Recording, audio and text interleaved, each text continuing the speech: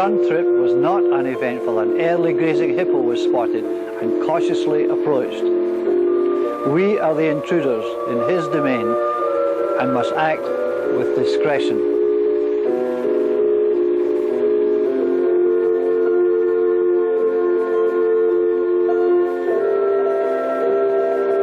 Well, hello. My name's Gregor. I was born in Durban, South Africa in 1963. What was the school system like? Well, it was very militaristic. I don't remember a whole lot about it. I was pretty probably unhappy in school there. But yes, it was very militaristic. And I do remember the little khaki uniforms we had to wear and walking around in the parade. Do you remember any kind of food that you would eat in South Africa and how it's different from the food here?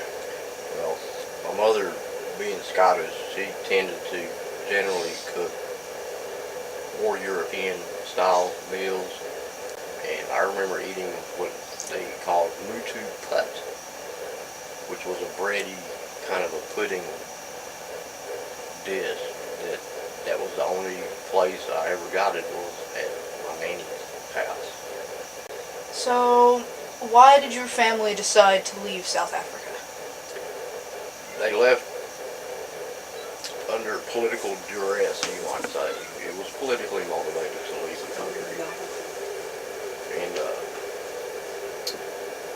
Dad was very anti-apartheid, and they didn't like that. I was actually smuggled out of the country. Do you remember, or have you ever been told what or how you were smuggled out of the country? They lied at the airport and said we were going on vacation when indeed we were leaving from it. Did you have any expectations of what America was going to be like before you came here? I had no expectations. I didn't even know that we were coming here. You gotta have to remember I was really young. I was like 9 years old. So, could you go into a little bit more detail on what the apartheid was? Apartheid simply means to separate. And so, really, in South Africa, they had 3 categories. You were either white, or you were colored, or you were black. And the colored being the Indians, the Asian Indians, and the Muslims, and that, and of course, the black being the natives of South Africa, and of course, white being the Afrikaners, or the Europeans. But they were all 3 separate, and even the blacks and the coloreds did not share the same things. They also were separate from each other.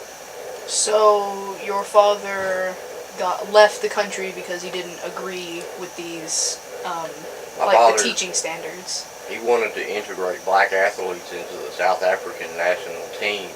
He wanted to house black athletes with the white athletes and train them and keep them together, and that was a huge no-no in their view. The wonderful Northlands middle distance runners of that era is training for his September season. This is pre-season conditioning, arduous work on the sandhills and the Durban North beaches and Umhlanga rocks.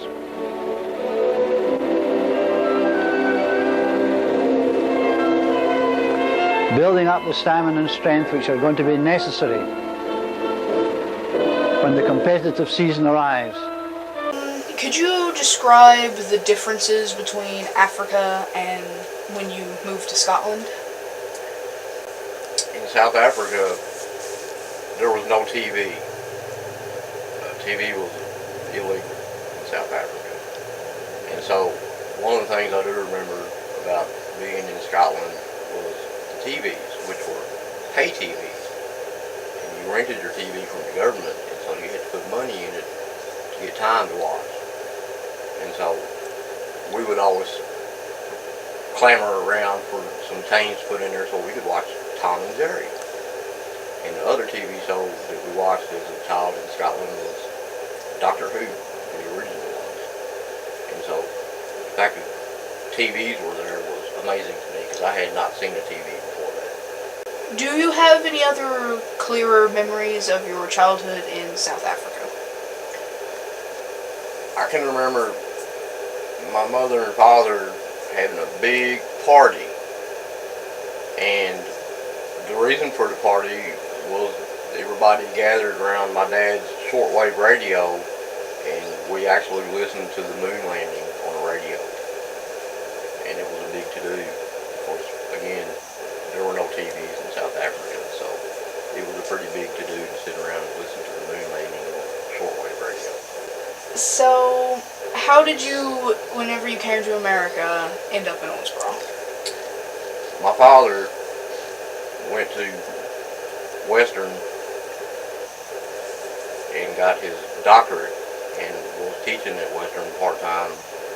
He got his doctorate in kinesiology from Western, and in the process was offered a position at Kentucky Wesleyan College as the chairman of the PE department there.